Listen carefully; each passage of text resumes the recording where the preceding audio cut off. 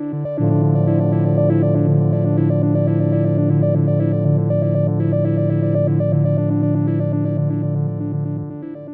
lived in Brussels for 16 years and I moved back to Ireland in 2009, and I mean, to cut a long story short, we eventually started farming, and we now have 100 sheep in the south coast of Ireland. And I see this work as a kind of research for my performance that's on in the festival. Part of it is really this idea that people are so removed from nature and what they eat and how animals are cared for. And part of my idea, I mean, I only get to these ideas through actually doing the work. So it's not about some kind of standing on the outside and looking at this whole idea of ecology and how animals are treated in the farm industry and stuff like that, but it's really by doing it and taking part in it that now I have friends who breed cattle, and like I used to have friends who were curators or who were artists. And so I really lived this experience. So I guess the performance is a kind of lived experience, partly, and then partly other parts of it are where I look back at how these people were portrayed in history. So in general, they were portrayed by people who were looking at them. So a bit like the anthropological field. Those shepherds, you mean? Yeah. So you had, I went right back to the Greeks and Virgil. So the curtains that you see hanging when you come into the space, especially in the exhibition, but you'll also see them in the performance, are texts that I reworked based on the eclogues of Virgil. Milk the ewe, milk the ewe, milk the ewe, milk the ewe. Friends of mine in Brussels often ask me, what do you do all day, actually? Because even people who know me really well don't understand what that life is. And so I'm like, what do I do all day? I have so much to do that I can't. Because animals need a lot of care. So there's no moment where you can say, okay, today I just sit down. Or today I just do my emails. Or today I need to do paperwork. You just have to take care of animals every day. So, there's different parts of it. First I bought sheep, and then I got really into the idea of pedigree breeding. So I'm really interested in breeding sheep.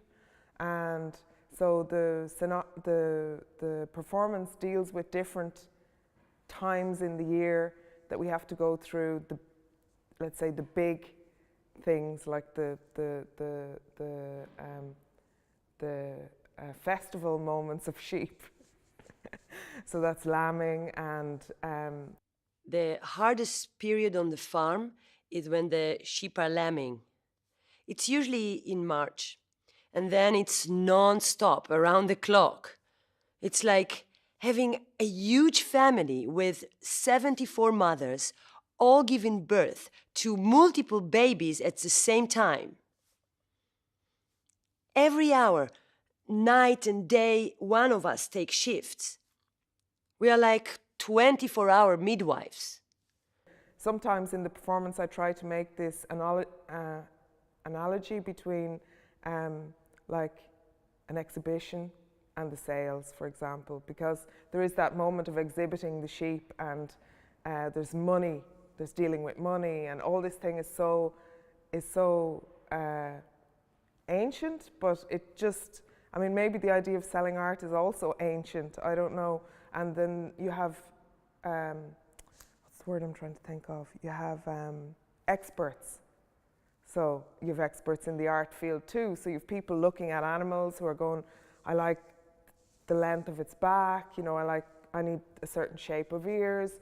So it's like it's the upper class part of the industry somehow, because they're really looking at the visual aesthetics of an animal as well as the production qualities, like the depth of its muscle or things like that. Then he says, out of the blue, pedigree livestock and artworks are very similar. Both are the subject of personal opinion, and their value is different to anyone who sees them. I can't believe I'm hearing this here in a livestock mart.